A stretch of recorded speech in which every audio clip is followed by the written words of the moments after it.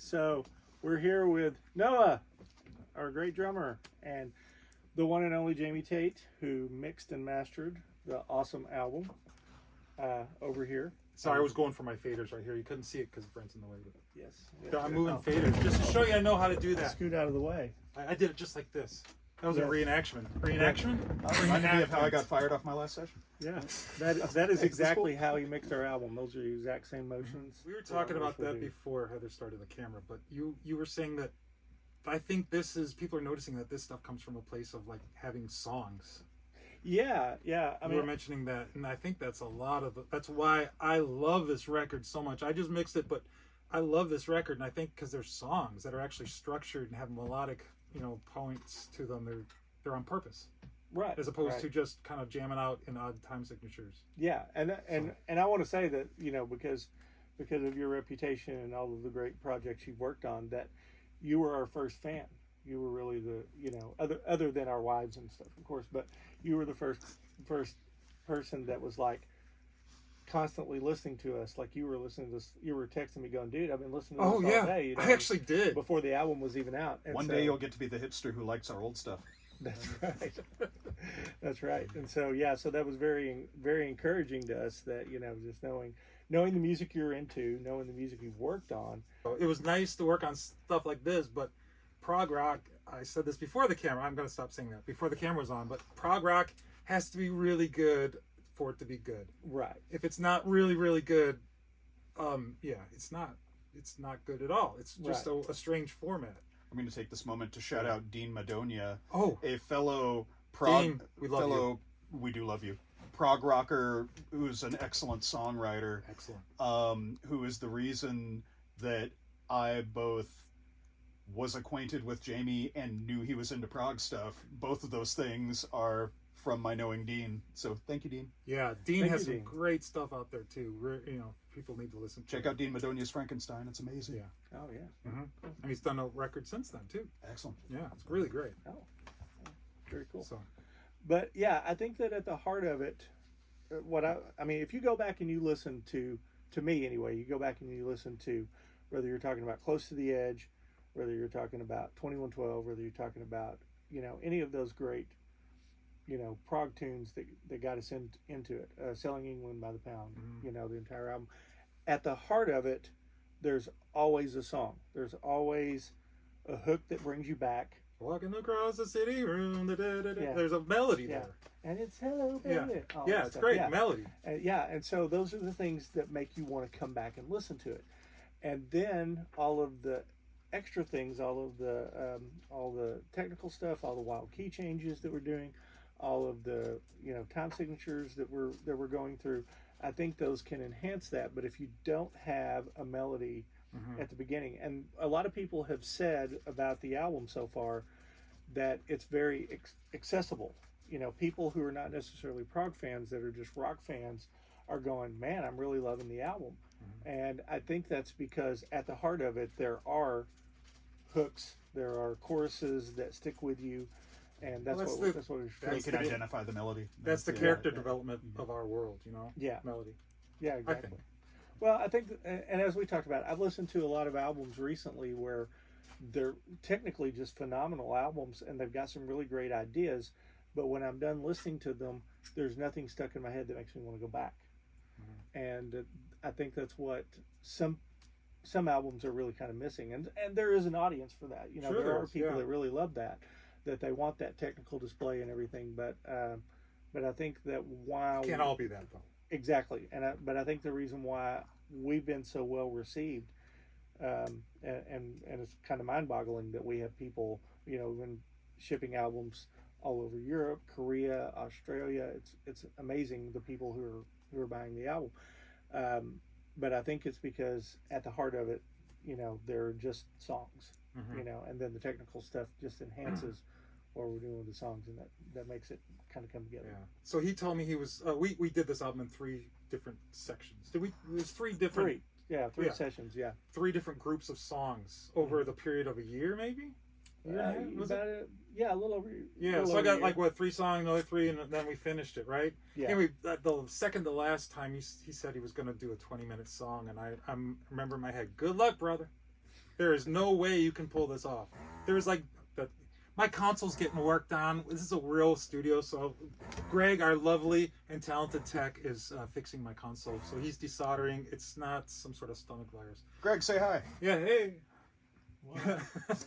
Oh, The 20 minutes. Yeah, there's zero possibility of you pulling this off. And then he brought it in and he pulled it off because it started off with this really cool, amazing instrumental section, and then you're on board for the rest. But he follows it up with 3 or 4 completely different sections that all kind of flow into each other. And it seemed like a movie. Everything needed to be where it needed to be.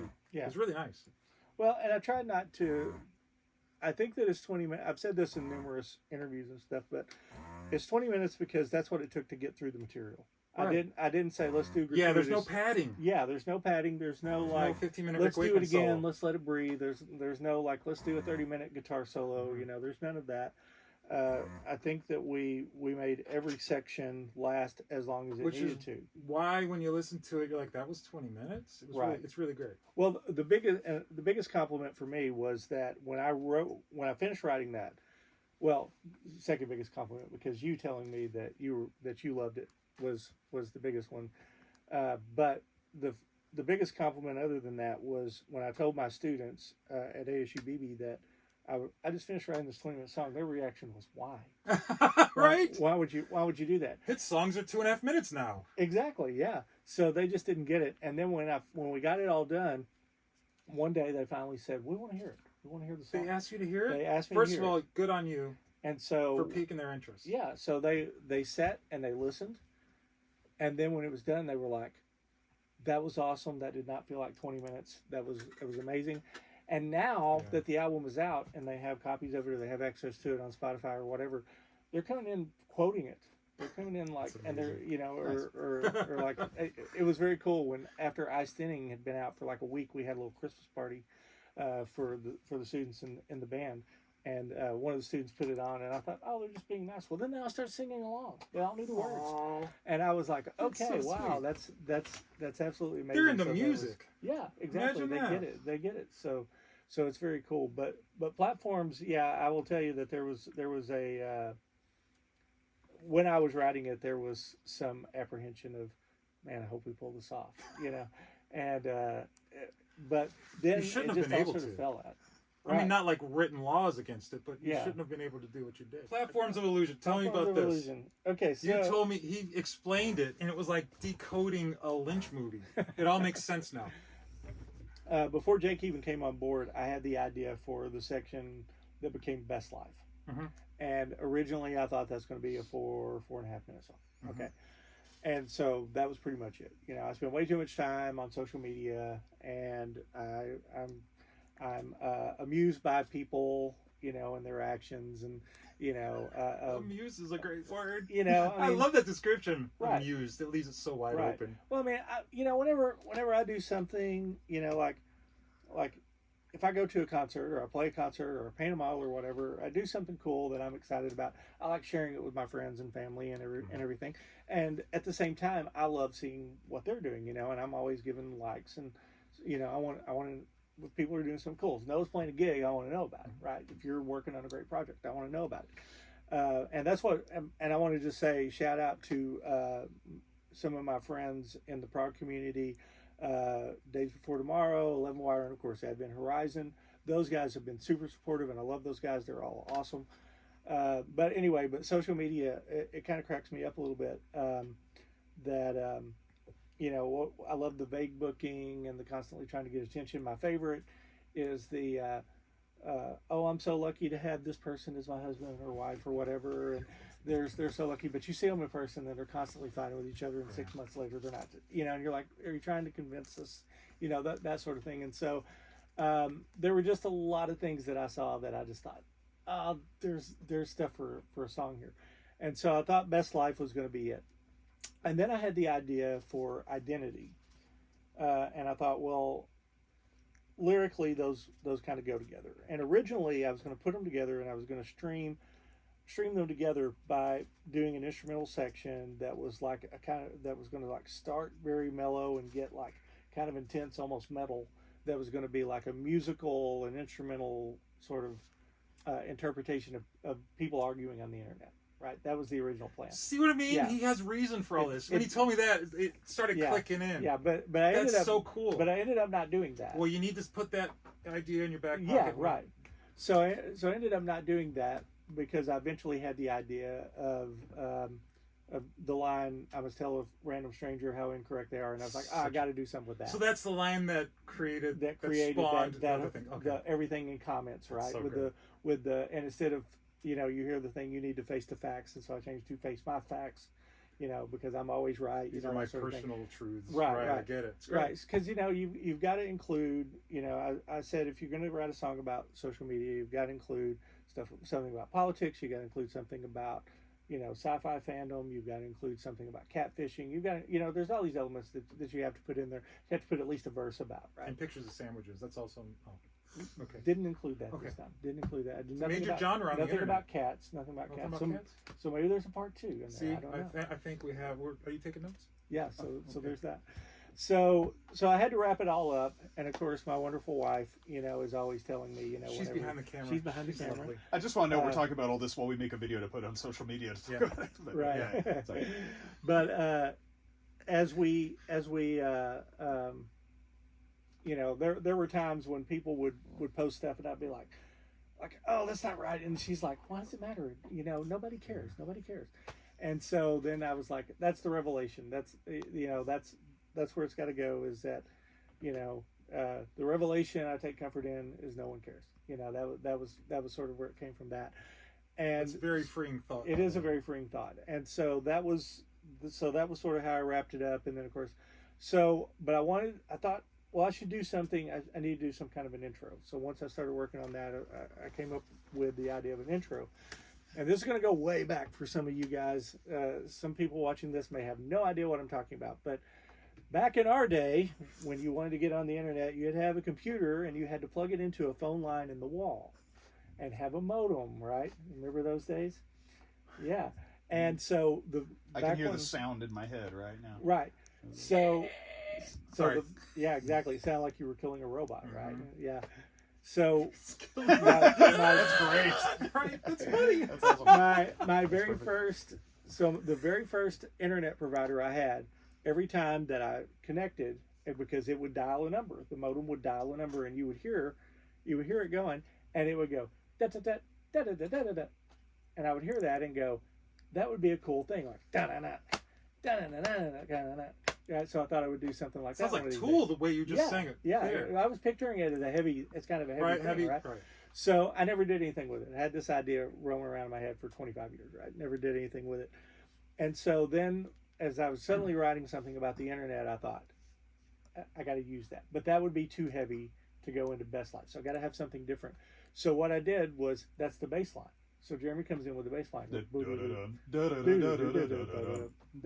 his modem dialing up the interwebs. I didn't know that 1994 just now. Exactly. That's great. Yeah, so that's where it came from, and so everything is based on that. It's written. Get it? It's written as a It's written as a rondo. So the A section is the da na na na na na na. The B section is the da da da da da da da da da da da, and then the C section is the guitar. I was C section too. Right. Good C's. Sorry.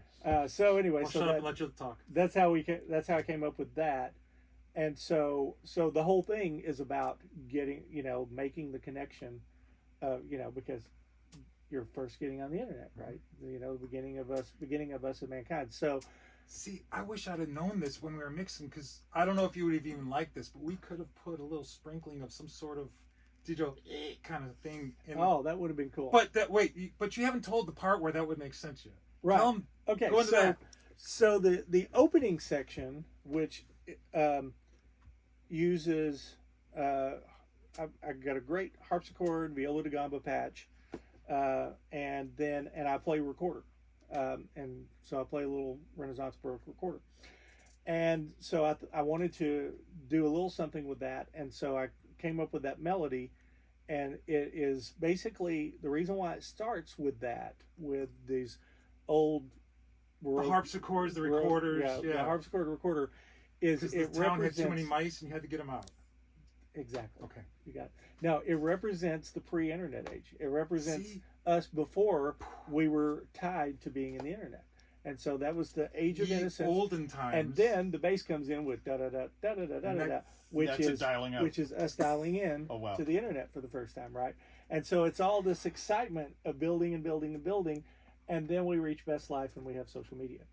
And so every time that that melody, so then it reprises the melody the first time, where it's like, okay, now this is the modern yes, iteration yes, of right? the- yes, exactly. Right. And so then so it's the modern life. You thought okay, about now this, it huh? is right. And so then when it goes in to the after the comments before identity section, it comes back in and it's synthesizer acoustic guitar, and it's like a longing for that pre-internet age. It's like we're in this, we're too deep, but boy, don't we miss those days when we could go out to dinner and not worry about somebody calling us or getting a notification from Messenger or something, So it's sort of like that longing of that, and then going into the somber identity section, and then at the end, Seth does the guitar, that melody again on guitar, and this wailing guitar thing, because now we've had the revelation that no one really cares what we do on social media, and so we're freed from that. Now we're living our best life because we're not being tied to that, and now we're going back to that. Let's live life, not being bound by this, that we have to argue with everyone, that we have to worry so much what everyone really thinks. And so that's the melody keeps coming back around in different iterations to sort of represent different things. Played by different instruments, not the Played by primitive different instruments right. before, because we can't go back to that point Right. in our existence. Exactly. See, it's genius. It's Yeah. brilliant. And you not mentioning that in any interviews yet is, that's interesting. That's interesting as hell to me. No one has asked. I did. So that's kind amazing. of how it all sort of came See, together. that makes the song work even more than I thought it already did. Oh. That explanation, that's the key code to decipher what you mean, not just the lyrics, but musically. So I didn't listen to the lyrics until like the 73rd time I listened to it, but musically, Right. now it makes sense. Right. It was all on purpose. Exactly. Oh my God. Well, what I loved about That's really cool, by the way. Well, my favorite moment of this was that. Did you know all this? No, I'm See? hearing it all for the first time. I know. Well, what I loved, and we were sitting right here in this room, so you're mixing this, right? And the way that we always work is that you're mixing. I'm sitting on the couch doing nothing except answering questions if you have one, and then I like the company. there you go. He showed up too. Yeah, and you've Yeah. been here. Jeremy was here one, and so when we get to a point that we think we're pretty close to having it, we usually go home and listen to it, come back the next morning and finalize everything. Okay, so as Jamie was we're wrapping up for the night, he turns to me and says, "There are some really nice moments in here." Okay, so. Of course, That me. sounds like what You're I hearing the inverse. That You're sounds hearing, like what I right. said. That is exactly what Oh, you it is? said. Okay. Yeah. There's some really nice moments in there. Which, of So you're course, hearing. So what about the majority of Yeah, it? Then? so- What about when it's not those so, moments? yeah. So what about the other moments? Yeah, that's exactly what I'm thinking. So does that mean Oh, he was doesn't it? like the Oh, other I'm ones? sorry. No. I mean, it's not the way you said it. It's just. I meant that that's- it all worked, but there's some moments that were like, holy crap! There's some nice. Oh, a moment well, to me thank is you. like end of Bridge Over Troubled Water, where all those harmonies come. Right. That's a moment to me. Oh, The okay. hair goes up. I'm sorry I didn't explain it. No. But I mean, that's just. I don't use grandiose verbiage. That's how sometimes. we are as artists. Of course. Is that you do a concert, and somebody says, nice. that man, you killed it on this song. That Oh, was great." right. And you go, well, does that mean the other one? Yeah. That's just how we are as musicians. Fragile. So I mean, I didn't obsess over it, but that was kind of my thought. Oh, that was the opposite of was that it mean? But then we came back the next morning, and you were like, okay, I went home last night, and after a while I stopped listening to it for work and started listening to it for enjoyment. And after about 30 times, my wife told me to stop listening and go to bed. And then you said, It really was this like that. really works, and this is you killed it. And then that was when you said, when you told me you were going to write a 20-minute piece, I thought, okay, yeah, but you really exceeded my expectation. That one I was like, okay, well, I can breathe easy now. Because that's a lofty goal, right? I'm going to write a 20-minute piece. Okay, right. Beat Heart of the Sunrise. Right, Go ahead. Show right, me. right. Beat Close to the Edge. I mean, it's do you different. do It's yeah, you don't try to beat those. You just do your own thing, which you did. This is not something those bands would do, and which is why we needed it. Right. Right? I think you you wrote your own 20-minute piece, and it works Yeah. so well. It's Well, great. and I think the key to it too was that, and I've said this a few times. I do know a few guys who will say things like, "I'm going to write a 20-minute piece. Yeah. What's it about?" Or "I'm going to write a concept album. What's it about? I don't know yet." There's 17 Or, minutes of you know, guitar noodle. or I don't, you know, and they'll say, "I'm going to write a 20 or 30-minute piece," but they don't have, but they're setting that as a goal without an inspiration But to it. so- Right, it's supposed to start with the idea and like, what right. is this going to be, and getting into this might take 20 minutes. Right. And, right. I did not set out to write a 20-minute song. I started with a 4-minute song, and then I came up with another section that I thought would work with it, and then another section, and then I've worked out how to piece it all together. And as I said, I really do think it's not 20 minutes because I set out to make it 20 minutes. It's 20 minutes because that's how long it needed musically and lyrically to say everything that it needed to say. That's exactly right. That's great. I love that. I honestly think if I would have said, "I'm going to write a 20-minute song" without having anything in mind, it would have been awful. If I would have just, I'm determined that I'm going to write a 20-minute song. You hear the same story over and over. People putting these, elongated pieces on their records, and they're like, "Oh, I had 7 ideas and I plugged them together." You can go down the list of all the long songs we know. Right. Bohemian Rhapsody, all of them have those, and we just glued them all together. Side 2 of Abbey Road. Yeah, or Day in the Life. 2112. Yeah, Yeah, right. See what I mean? 2112. You just plug them all together, and somehow there's a common thread. We don't know what it is, but somehow it works. It's great. I love Yeah, that. so it all works out. But yeah, I do think that But there's no low spot in it. It's not like, oh, we got to get through this to get to that cool part. It's this goes into that. There's not a wasted note in there. You know what I mean? Well, thank you. That's another reason why it works. See what I Yeah. mean? It all just kind of works really, really well together. Well, and as I said, I'm just blown away that every single review that we've had has pointed to that one as this is the high point of the album. Yeah. This is what holds it all together. This is the centerpiece. And when I was writing it, I was we had just done Ice Thinning. When I already had the ideas, but when I really sat down to write it, we had just done Ice Thinning. You had just mixed it, and we were all like, "Whoa, this is," that was when we really felt like we were like, as the saying says, we were cooking with gasoline at that point, right? Yeah. And so I was kind of feeling as I'm, writing it and just banging away on my Yamaha, kind of going like, "Oh, man, I hope this works. I hope this comes together." And we just did Ice Thinning and everything. Another one that I struggled lyrically. I knew kind of what I wanted, but I struggled lyrically with Realize Part 3. Musically, I didn't struggle with that, but lyrically, I really struggled with that. There was one point that I sat down and, I told Heather, "I'm going to go out and work on these lyrics." And I came back 2 hours later. I got nothing done. Nothing. Not at all.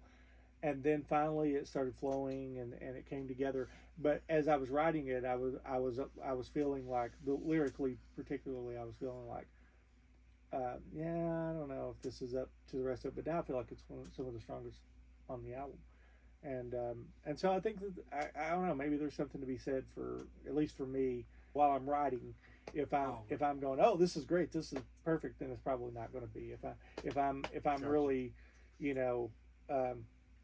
working it, that's when it kind of comes together. So those were the last 2 that were written, and I think that they didn't come easily, but I think that they're 2 of the high points on the album for sure. Have you gone into all your special guests? Because most people in my world, if they have some studio player who once played with some famous person, they'll go featuring the musicians of blah blah blah. But you don't. You haven't done that. Have you made a video about all your special guests? We did talk a little bit when we did when we did the interview. I'm not Sonic sure I know about them Perspectives. Okay, well, when we did the interview for Sonic Perspectives, we talked about the Star Trek guys. Okay. I hate to say Star Trek guys because they've done so much more in their career. I know, but we're shallow people, and that's how we connect. Right. Yeah. Well, that's the thread. Jeffrey Combs and Steve Rankin. That's the thread that Jeff and Steve have in common. Mm-hmm. And what I love about it, I've played with both of them in bands that we played at Star Trek conventions, but the 2 of them had never worked together. They've been. We have with Vaughn Armstrong and Casey Biggs. They work with both Jeff in the Star Trek Rat Pack and with Steve in the Enterprise Blues Band, but Jeff and Steve had never worked together. So I love the fact that I brought those together, and they're both really great friends. And I wrote Diversion 1 specifically because I wanted to include them on the album. That was it. And what a lot of people don't know is that I challenged myself on that because I knew we had 2 hours to do it, And 2 hours to do. 2 hours to record the thing. We had 2 hours to record it. I challenged their parts anyway. We had 2 right. hours to, because I flew to LA. We got a little studio. We thought we were going to have 3 hours, and the studio, they couldn't get Pro Tools working, and so I brought my laptop in and had to set it up. Like it was a total thing, but we got it done. And it was great. We got to use. It was a great room with good microphones. Again, this is the work going on behind the console. So it worked out great. But what I did was, I wanted to make sure that this was going to be manageable and we were going to be able to do it. So I challenged myself. I wrote it using only open chords on the guitar, except for B minor. I added a B minor as a bar chord. Oh, that okay, was bar it. chord. But I challenged myself. Can I write something just using these chords? And it came together. And so that was And that came about because of lack of studio time. right. Wow, Right, that's so cool. See, this is the yeah. stuff these people want to hear. Right. And what's the next project? Are we going to do a soundtrack for like a silent movie or something? Well, I am going to work on Paul Bilatovich's Nosferatu soundtrack. That's right. So that's gonna be a lot of fun. I think I'm just playing one little part on there, but still I'm just excited to be a part of it. I've got for the next album, I've got about 4 songs started, and then next week Jake and I are going to get together and we're going to do our first co-writing session. That's awesome. Which is going to be exciting. And Jake is Jake's a powerhouse. Yeah, he's a fantastic songwriter, and it would be really derelict of us to not include him in the writing process, Mm-hmm. And so we're gonna see what we can come up with together, and hopefully we'll come up with something that we all feel It's really great. good with. So yeah.